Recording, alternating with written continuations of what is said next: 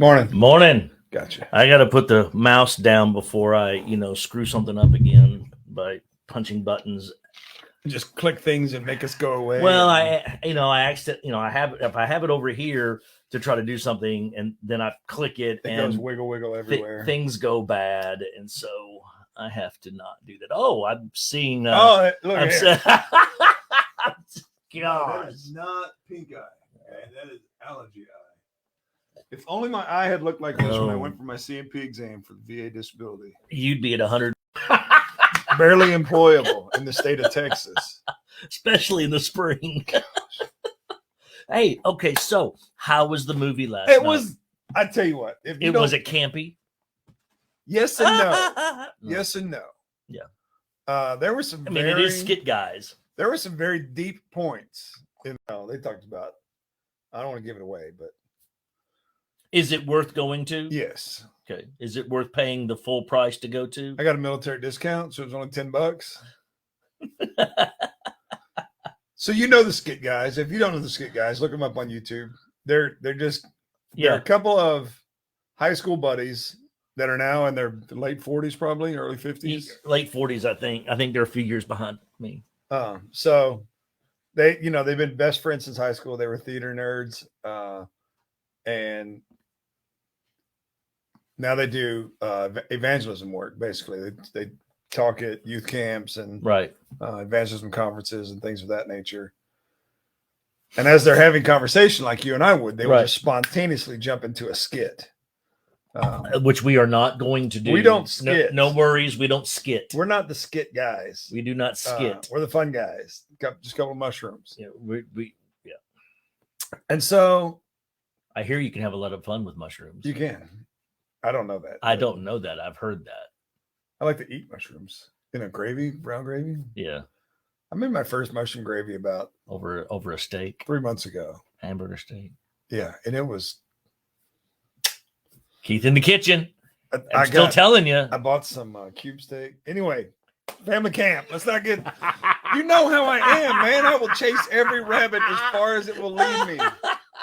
Why do you do this? Because it's fun. So, part of me was expecting stage skit guys, okay, and not screen skit guys. Okay. There were a couple of parts where I kind of zoned out a little bit. Sure. Some parts were predictable.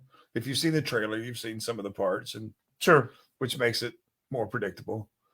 They had a lot of callbacks from things that happened earlier in the movie. You love those. I do. I'm a big fan of the callback. And I referenced one of the callbacks on the ride home last night, and they're like, "Real what? If you've seen the trailer, they blow up an ATV, right? He lights. You're not Rambo. That was one of the That was one of the best lines. You're not Rambo. Anyway, he has a flaming arrow and he shoots a forward. And the girls were commenting, they didn't need that explosion scene at all in the movie. It didn't add anything to it. I said, well, that's what makes it a man movie. That's what brings the guys in. That's what brings the guys in. So, that's what keeps their attention. If you saw it, something blowing up or a sword will keep the boys' attention. Absolutely. Or bubble kickball, where they get in the big bubbles. Yeah. There's a great scene on bubble kickball. Anyway, there's a lot of redemption. There's a lot of I gave it a 7.8. Okay. Very specific number. Well, yeah, you've known me for a long time. You just can't throw numbers out. You just can't be an 8. It can't be an 8. It wasn't quite there. But it's more than a 7. It was above average. And average for you is 6? Straight 5. 5's okay. Yeah, straight 5. So 7.5 doesn't work for you? It's a little better than 3/4. This is like ice dancing's judging. It's like you got a tenth of a point. You get a tenth of a point off because the explosion wasn't real enough for me. Solid C+. Actually, if 7.8 is a C+, if average is a C and C is a 50, that would make it that's a solid B. It's a solid B. It's a solid B. My scale's a little skewed because a failure, in my opinion, would be 0, not 60. Right. I always fought that in school. You lost that battle. I did. It's the reason I got to repeat 7th grade. Yes, because you kept trying to fight. Well, I had a 59. I fight authority, and authority always wins. So says the songwriter. Not today. It's not so in the world we live in now. True.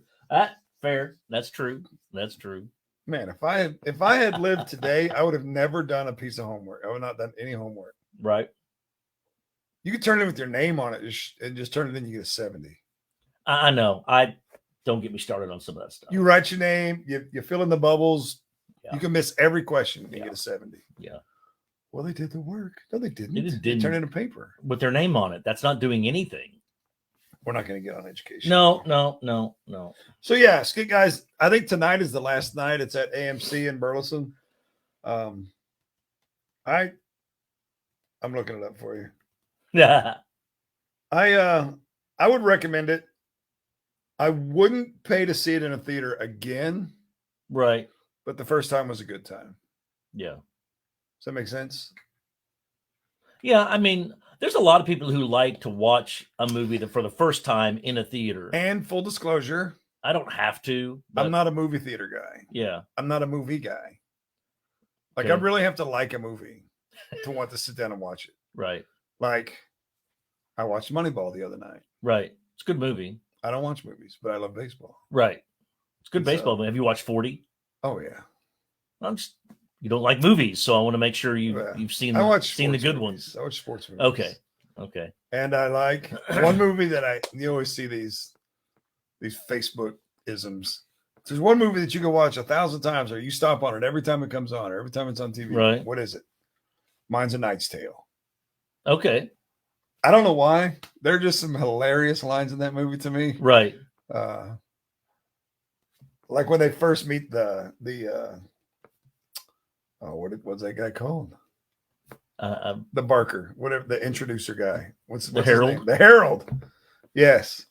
When they first meet the Herald, and the redheaded dude just gets right in his face. He's like, "I will turn your entrails into your extrails." And then he doesn't have any words.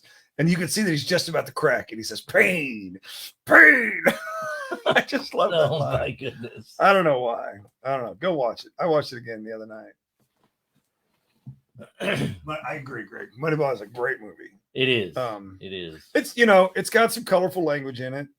Yeah. Which is, par for the course in pro athletics. It turns some people off. And I try to watch a movie for the value of the storyline. And I try to, now there are times that I'll just like, okay, I can't, if that's all they're ever going to be saying, I don't care I'll turn it off and I won't watch it. For example, 8 Mile. I haven't seen that. With maybe I started it and I quit it. I don't remember. No, you probably didn't. It's a rap movie. Eminem's in it. Ice Cube's in it. Yeah. Queen Latifah's in it. Well, it's going to be hard to. There's some great diss tracks in it.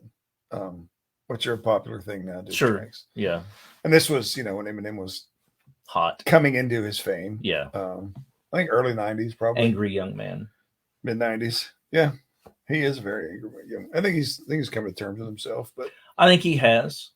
I've seen some things that I would agree with that, but he's got some redemptive qualities. There. Absolutely. So my first big experience with a senior, I guess my second. I haven't posted that anywhere except on my Twitter, so I don't know if I'm going to say it here today. But Evan and I are going to UNT on Monday. Good. To do his first campus tour. Yeah. So I'll be out Monday. I don't know if it's okay. Good to know. I will be too. Oh yeah. I'm at the state executive board on Monday. So yeah, we're going to UNT for his first official campus tour. Nice. Hard to believe that it's that time. The beginning of his senior year. It's that time. Yeah. The spring football game is tomorrow night. And so, they're. And I'm on the wind down. We had honors banquet Tuesday. We got NHS banquet Saturday night, and then we're graduating the next week. So I'm on the wind down. You're on the wind up. Yes. You're on the wind down of the wind up, though. Or the wind up of the wind up of the wind down. Yeah. With fourth one coming in. Yeah. You're winding up for the wind down. This one's a little more intense, though. Evan's a little more. He's a little more intense. Yeah. I mean, as a person. Let's be honest. Ryan went to one school, fell in love with it, and that was it. Yeah. But I thought he started at one and moved. He did. He started at UMHB. He absolutely loved the campus. He had a terrible experience. Sure. It happens. Marcus took off a year. He went to TCC for a year. Okay. He went to TCC for a year. Before he had a breakdown and said, Dad, can I just go to college? Yes, that's all I ever wanted for you. That's what I wanted you to do last year. That's all I ever wanted you to do. I let you figure that out. Make your decisions. Give you enough rope to hang yourself and save you before you actually do. Ryan, and then Carter also one campus tour, San Antonio. He was set. Yeah. Hated college. Sure. Loves San Antonio, though. Loves San Antonio. Loves his job. He's a graduate of the electrical school. Yeah, he's a licensed electrician now.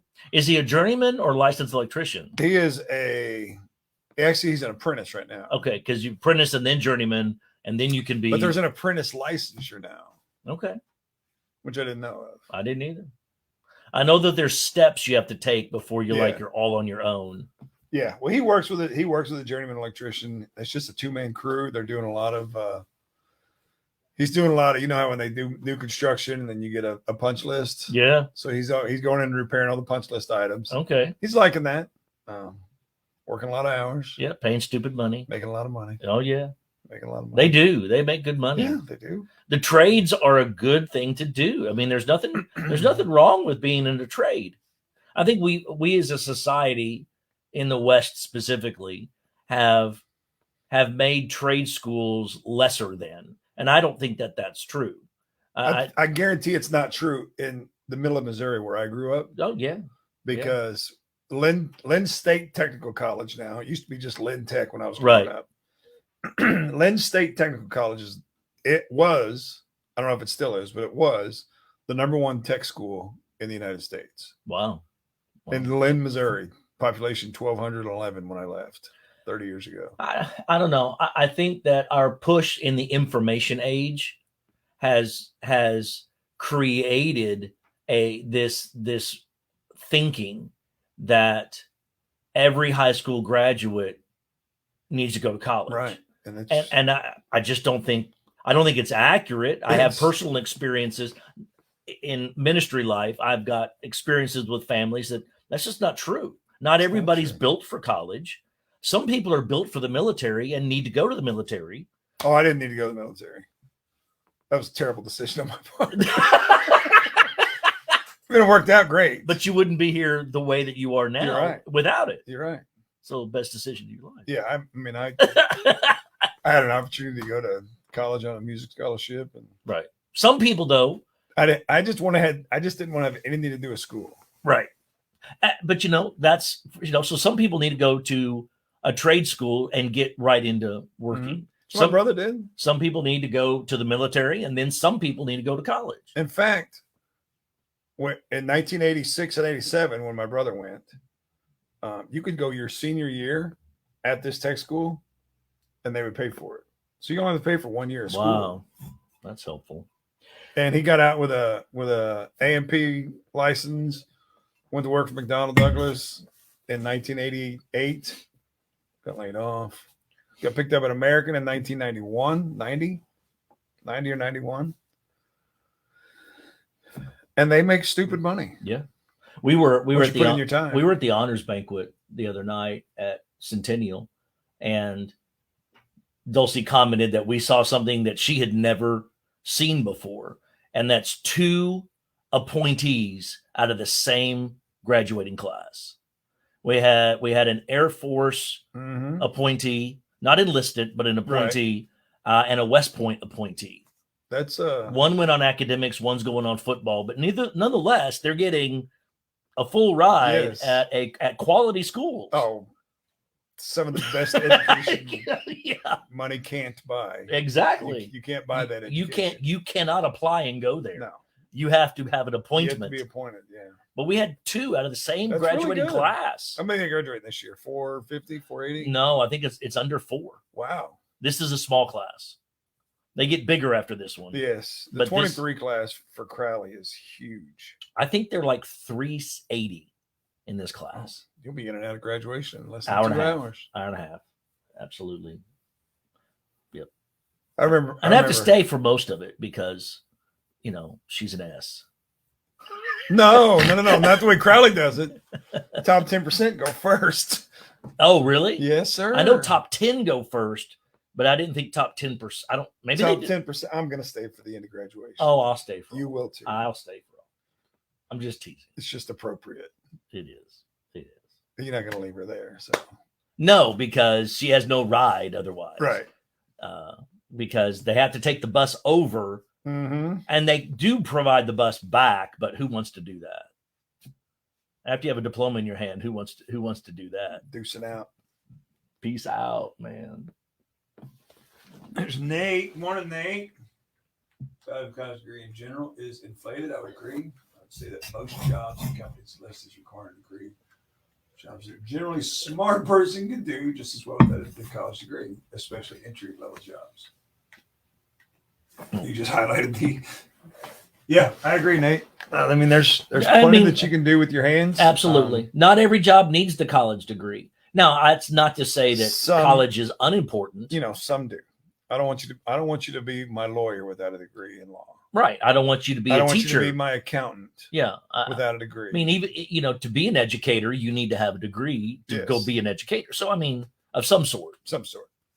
And that's fair. So some jobs in life that you feel called to means you have to go to school. Unless you're Laura Ingalls Wilder. Well, but that was a different time. Is that the same show? That was, yes, Little House on the Prairie. That was Little Mouse on the Ferry. That was a different time. That was in the 1800s. Somehow we made it through to today. Absolutely. From that little red schoolhouse. That's right.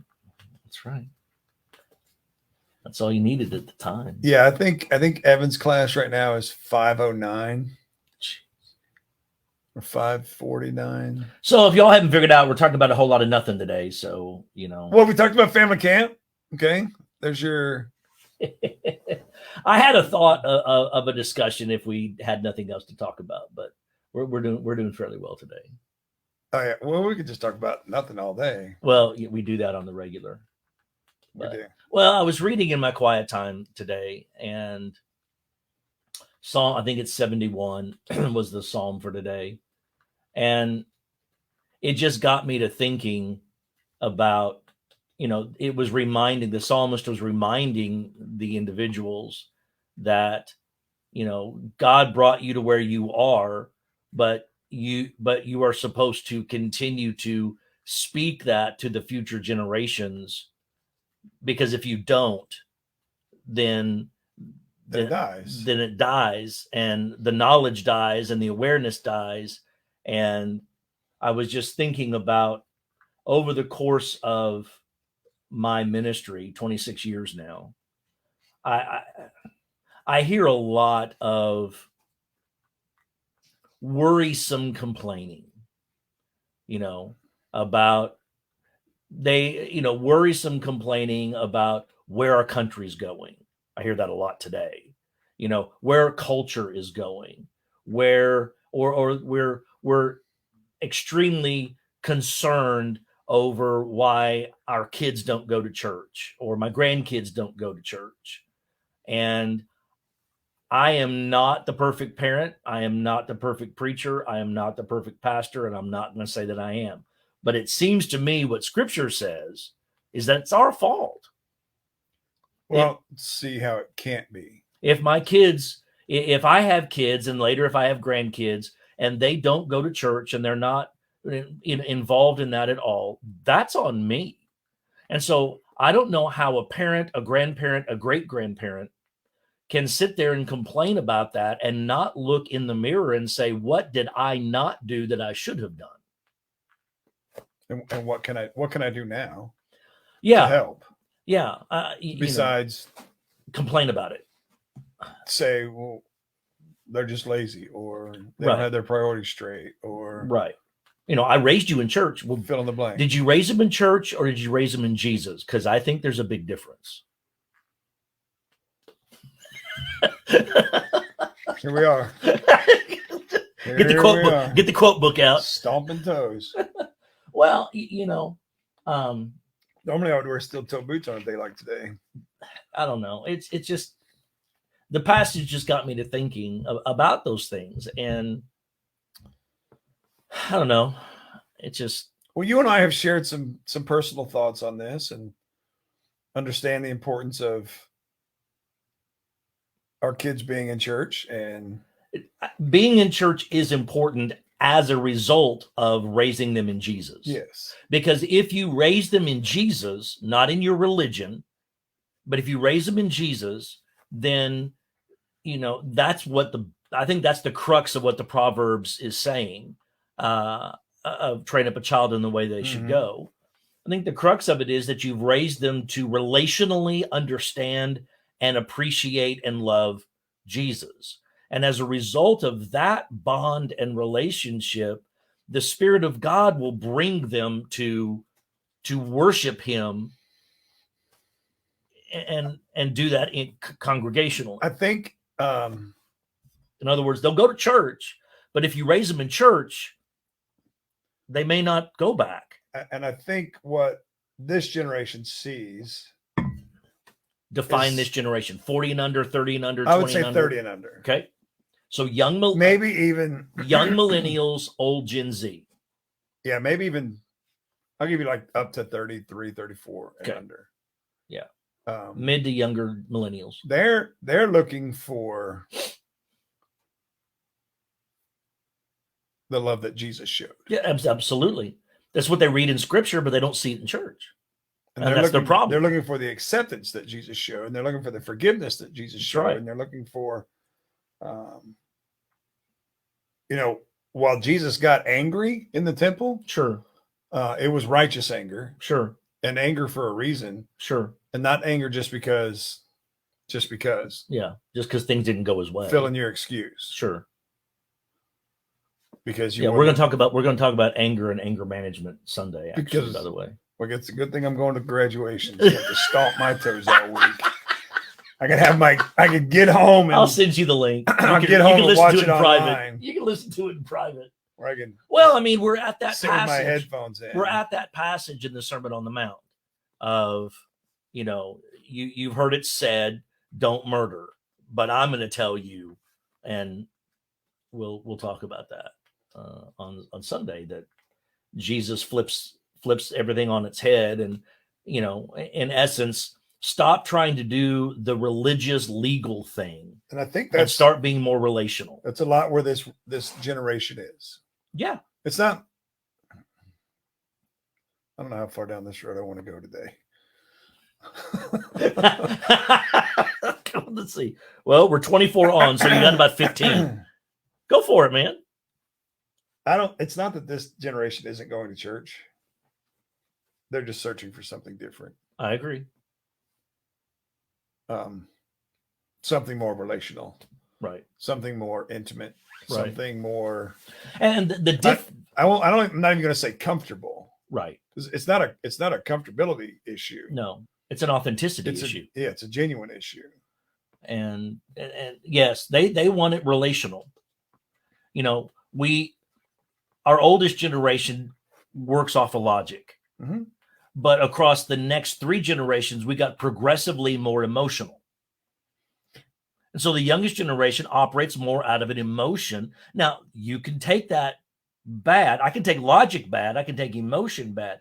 But the point that I'm looking at is they're much more relationship oriented than, let's face it, some of our oldest may not have had an arranged marriage.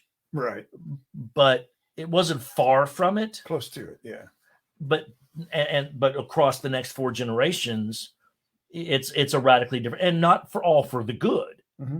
I mean, we've allowed them trained up the successive generations to be progressively more and more emotive and relational driven, and that's not all good. But we allowed it. We trained them. We made that happen. And so again, well, you know, it kind of speaks to that article that you shared Monday with us, is about what is regular. You know, when you talk about attendance, the older generation, a regular attender is Sunday morning, Sunday night, Wednesday night. Right. Anytime the doors are open. Right. Saturday morning, you know, anytime. Right. And that would be your oldest generation. Yeah. And then you get into boomers, Gen X, millennials, and Gen Z. That's the order of the generations.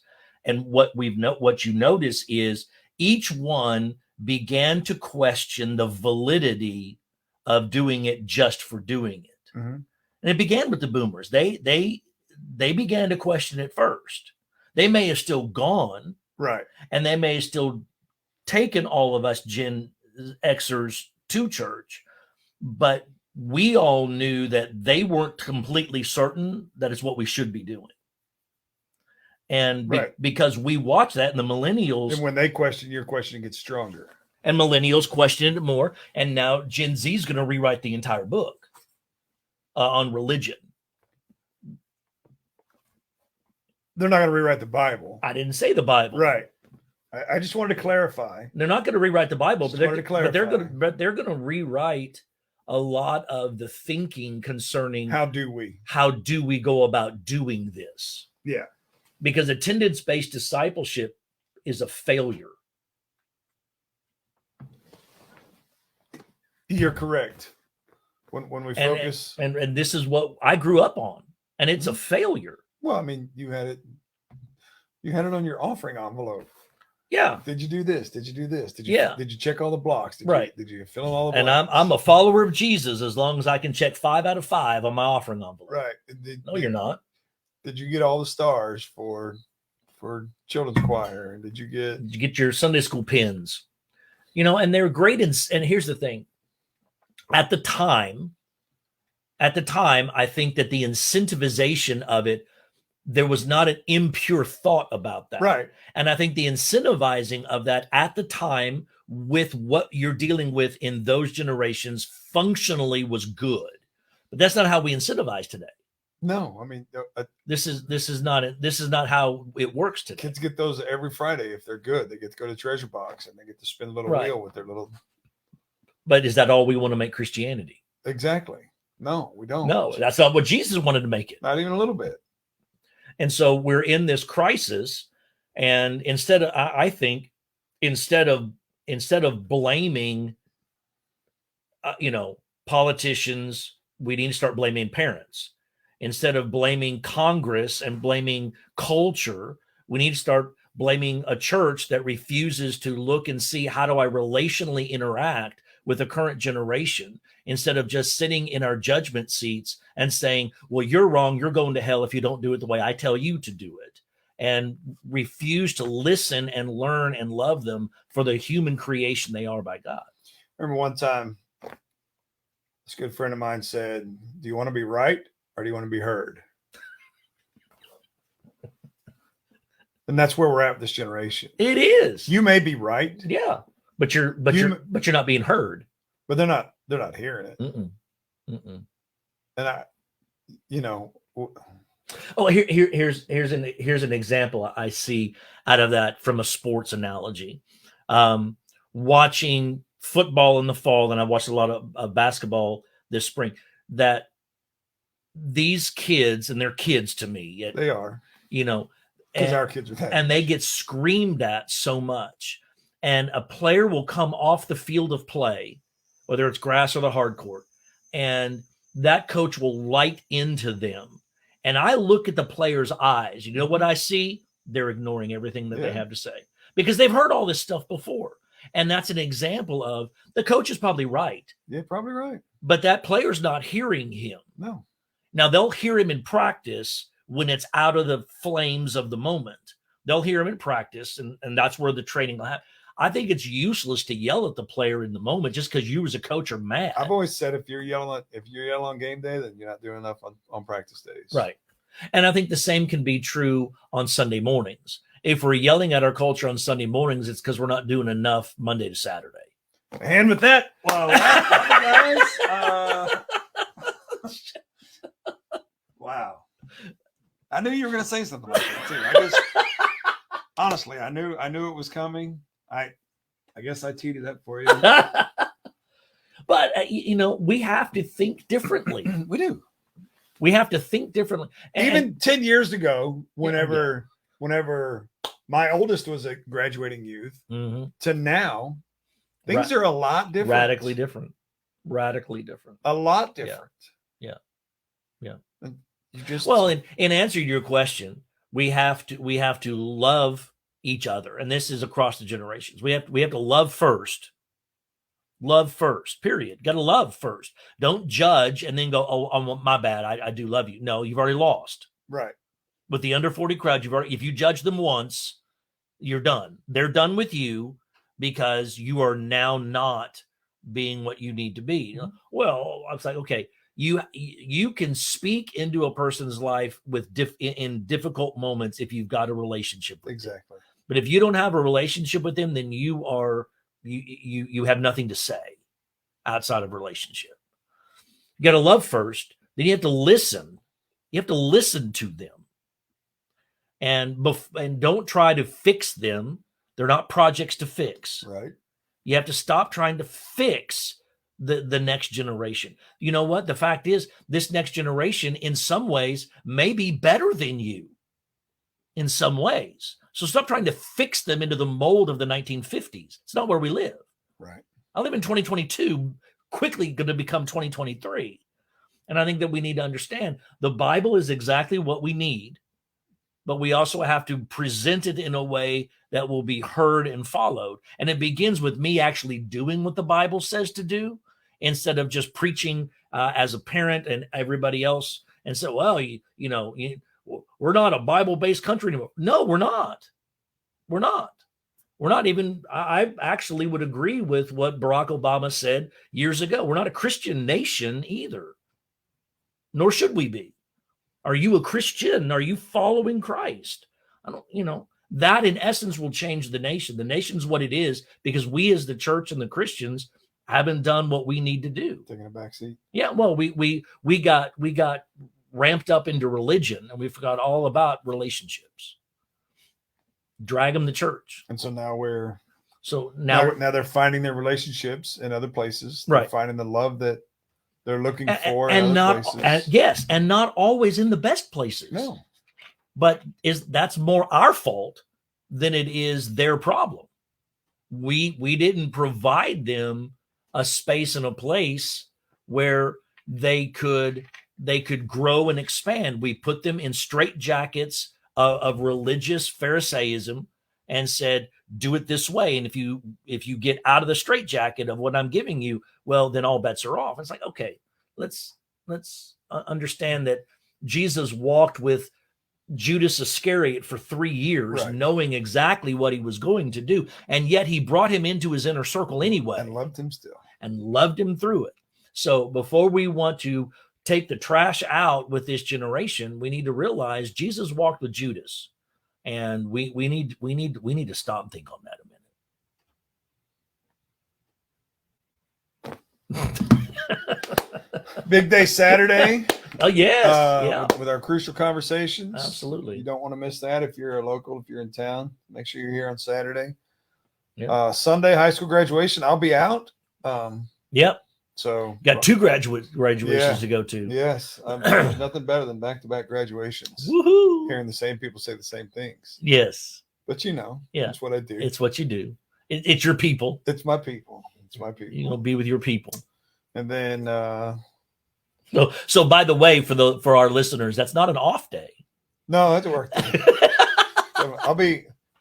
I'll probably leave for the stadium because it's at Globe Live. Okay. I'll probably leave for the stadium the same time I leave for church. Right. Just to get parking. Oh yeah. And not have to walk 3/4 of a mile.